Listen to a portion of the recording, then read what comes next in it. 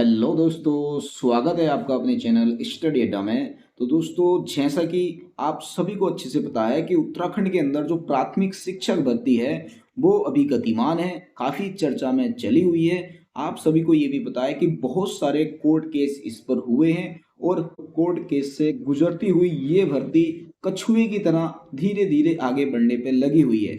और फाइनली आज एक ऐसा समय आ चुका है कि इसकी जो काउंसलिंग की तिथि है उसकी घोषणा हो चुकी है, यानी कि काउंसलिंग की तिथि की घोषणा हो चुकी है। और इसकी जो काउंसलिंग होनी है, कब होनी है, आप सभी को उम्मीद है पता भी चल गया होगा, नहीं तो आपको इस वीडियो में पता चलने वाला है। इस बार एक साथ होगी काउंसलिंग, घोषणा हो चुकी है कि इस बार जो काउंसलिंग है सभी जिलों की एक साथ होने वाली है। कब होगी मेरिट सूची जारी, यानी कि कब जारी होगी मेरिट सूची, आपकी जो मेरिट सूची है वो कब जारी होने वाली है।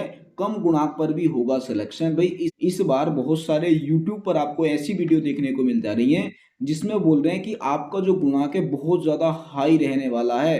तो देखो, मैं आपको अभी इतना बता देता हूँ कि आपका जो गुणांक है इस बार भी ज़्यादा हाई नहीं रहने वाला है, कम गुणांक पर भी आपका सिलेक्शन हो जाएगा। कैसे होगा, तो देखो इसी को लेकर आप देख रहे हैं ये माननीय शिक्षा मंत्री जी हैं, इन्होंने जितने भी शिक्षा विभाग के अधिकारी थे, निदेशक जी थे, या फिर जितने भी जिलों के डीईओ थे और सीईओ थे, उनको अपने साथ बैठाया और वर्चुअल यानी कि वीडियो कॉन्फ्रेंसिंग के जरिए इन सभी से बातचीत की है और कहा है कि इस भर्ती प्रक्रिया को जल्द से जल्द पूरा करना है। अब क्या क्या इसमें हुआ है, ये सारी की सारी चीजें मैं आपको इस वीडियो में बताने वाला हूं, तो वीडियो में अंत तक जरूर बने रहना। वीडियो अगर आपको पसंद आए तो वीडियो को लाइक कर देना, अपने दोस्तों को शेयर कर देना, और अगर आप चैनल पर नए हैं तो चैनल को सब्सक्राइब भी कर लेना। तो स्टार्ट कर लेते हैं। तो जैसा कि आप ये स्क्रीन पर देख रहे हैं, यहाँ पर ये माननीय शिक्षा मंत्री जी बैठे हैं, इनके सामने कॉपी पेन भी रखे हैं, यानी कि डायरी और पेन भी रखे हैं। यहाँ पर ये लिख भी रहे हैं कि बताओ कौन क्या बोल रहा है, कब तक इनको क्या सारी प्रोसेस करनी है। और ये आप देखेंगे वीडियो कॉन्फ्रेंसिंग के माध्यम से जितने भी जिलों के डीईओ हैं ये यहाँ पर जुड़े हुए हैं और आप यहाँ पर देख भी रहे हैं अच्छे से, ये सामने स्क्रीन पर यहाँ पर सभी चल रहे हैं। ठीक है, अब यहाँ मैं आपको दिखा देता हूँ, ये मंत्री जी का जो फेसबुक पेज है, शिक्षा मंत्री जो है डॉक्टर धन सिंह रावत जी, उनका ये पेज है। इस पे इन्होंने क्या लिखा है, देखो यहाँ पर अगर आप देखेंगे तो लिखा है कि प्रदेश भर के राजकीय प्राथमिक विद्यालयों शिक्षा व्यवस्थाओं को सुदृढ़ करने के दृष्टिगत आज विद्यालय शिक्षा विभाग की वर्चुअल माध्यम से समीक्षा बैठक ली, जिसमें विद्यालय शिक्षा महानिदेशक सहित निदेशक प्राथमिक व माध्यमिक शिक्षा एवं सभी जनपदों के मुख्य शिक्षा अधिकारी, यानी कि जितने भी जनपद हैं उनके मुख्य शिक्षा अधिकारी, यानी कि सीईओ चीफ एजुकेशन ऑफिसर, जिला शिक्षा अधिकारी और जिला शिक्षा अधिकारी यानी कि डीईओ डिस्ट्रिक्ट एजुकेशन ऑफिसर, ये बेसिक वाले व माध्यमिक ने प्रतिभाग किया।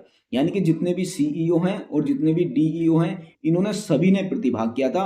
अब इस बैठक में क्या हुआ, तो यहाँ आप देखेंगे लिखा है कि बैठक में प्राथमिक शिक्षा विभाग के अंतर्गत सहायक अध्यापक बेसिक की भर्ती प्रक्रिया में तेजी लाकर आगामी 12 जनवरी 2026, यानी कि देखो यहाँ पर बिल्कुल फिक्स कर दिया है कि 12 जनवरी 2026 को सभी जनपदों की एक साथ काउंसलिंग कराने के निर्देश अधिकारियों को दे दिए हैं। तो सबसे पहली बात, आपकी जो काउंसलिंग होगी वो कब होगी, 12 जनवरी 2026 को होगी।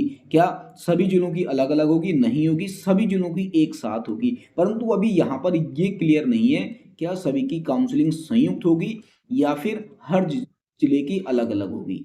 यानी कि अगर हम एक साथ काउंसलिंग की बात करें तो भाई ये तो पहले भी हुई थी कि एक डेट फिक्स कर दी थी। मान लेते हैं जिस तरह से पहले 10 अगस्त को पहली काउंसलिंग हुई थी तो एक साथ यानी कि एक ही दिन सभी जिलों की हुई थी। परंतु अभी यहाँ पर ये बिल्कुल फिक्स नहीं है कि ये जो काउंसलिंग है वन प्लेस पर होगी या फिर अलग अलग प्लेस पर होगी, ये अभी कंफर्म नहीं है। हालांकि कंफर्म हो गया होगा अधिकारियों को, परंतु अभी ये पब्लिक नहीं किया गया है। बाकी इसके अलावा बैठक में शिक्षकों के रिक्त पदों को भरने की, चतुर्थ श्रेणी कार्मिकों की शीघ्र नियुक्ति करने के निर्देश भी अधिकारियों को दिए हैं। यानी कि जितने भी शिक्षक होंगे उनको नियुक्ति जल्द से जल्द दी जाएगी और साथ साथ में जो चतुर्थ श्रेणी कार्मिकों की नियुक्ति है उसको भी शीघ्र देने के अधिकारियों को निर्देश दे दिए गए हैं। तो उम्मीद है जितनी चीज़ें आपने थंबनेल में देखी हैं आपको समझ में आ गई होंगी। तो ये देखो आपने जितनी भी चीज़ें यहाँ पर थंबनेल में देखी हैं तो ये सारी की सारी उम्मीदें आपको अच्छे से समझ में आ गई होंगी। जैसा कि काउंसलिंग तिथि की हुई घोषणा, तो काउंसलिंग तिथि आपकी कब निर्धारित हो गई है, तो ये 12 जनवरी 2026 को आपकी काउंसलिंग तिथि निर्धारित है कि 12 जनवरी को आपको काउंसलिंग होनी है। एक साथ होगी काउंसलिंग, बिल्कुल स्पष्ट कर दिया है कि एक साथ काउंसलिंग होगी। कब जारी होगी मेरिट सूची, तो देखो मेरिट सूची जो है आपकी लगभग 5 जनवरी तक आपकी जो मेरिट सूची है यानी कि काउंसलिंग सूची है वो जारी हो जाएगी और 12 जनवरी को आपकी क्या हो जाएगी, काउंसलिंग हो जाएगी। तो बस, और हो सकता है 2-4 दिन के बाद यानी कि 14-15 जनवरी तक आपको ज्वाइनिंग लेटर भी प्रदान कर दिए जाएंगे। कम गुणांक पर भी होगा चयन। देखो अब मैं जो आपको बता रहा हूँ बिल्कुल ध्यान से सुनना है कि कम गुणांक पर आपका सिलेक्शन कैसे होगा। तो देखो अभी आप सभी को पता है कि ये जो प्रत्यावेदन सूची आई है इनके अंदर बहुत सारे अभ्यर्थी ऐसे हैं जिन्होंने यूपी से डीएलएड किया है, मान्य नहीं है, अपात्र हैं, ब्रिज कोर्स वाले हैं, एनआईएस वाले हैं, और बहुत सारे ऐसे भी हैं जिन्होंने एनआईएस डीएलएड करने से पहले बीएड किया हुआ था। तो विभाग क्या कर रहा है, जितने भी अभ्यर्थी ऐसे हैं जिन्होंने बीएड किया हुआ है और उसके बाद एनआईएस से डीएलएड किया है, तो लास्ट टाइम जो एक सूची जारी हुई थी उस सूची से मिलान कर रहा है।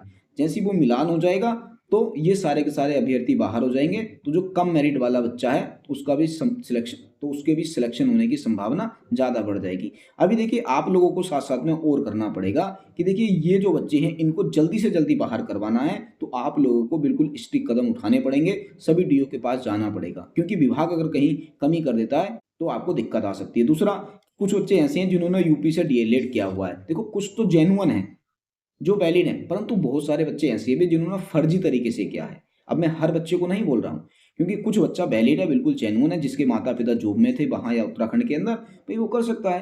परंतु जिसने बिल्कुल फर्जी तरीके से डीएलएड किया हुआ है वो बच्चा यहाँ से बिल्कुल बाहर हो जाएगा, ठीक है ना। वो इनवैलिड वाले बच्चे यहाँ से बाहर हो जाएंगे। तो देखिए जब ये इनवैलिड वाले बच्चे बाहर हो जाएंगे तो इससे भी क्या होगा, जो मेरिट है वो थोड़ी सी कम हो जाएगी। और इसी तरह से जितने भी अर्जी फर्जी लोग हैं वो सारे के सारे जब बाहर हो जाएंगे तो आपकी जो मेरिट है बिल्कुल कम होने के चांस रहेंगे, ठीक हो गया ना। और दूसरा, जब एक साथ काउंसलिंग होगी तो नॉर्मल सी बात है, हर एक व्यक्ति ये चाहेगा कि वो उसको अपना डिस्ट्रिक्ट मिले। तो इस तरह से देखो जितनी चीजें मैंने आपको बताई हैं, उम्मीदें समझ में आ गई होंगी कि किस तरह से आपका जो गुणांक है कम होने पर भी आपका सिलेक्शन होने की उम्मीद रहेगी। बाकी इसकी जो डिटेल में चर्चा है हम अगली वीडियो में जरूर करेंगे। बाकी आज की वीडियो यहीं पर समाप्त करते हैं। वीडियो अगर अच्छी लगी हो तो वीडियो को लाइक कर देना, अपने दोस्तों को शेयर कर देना, और अगर आप चैनल पर नए हैं तो चैनल को सब्सक्राइब कर लेना। तो मिलेंगे फिर हम बहुत ही जल्द एक अगली वीडियो में, तब तक के लिए बेस्ट ऑफ लक।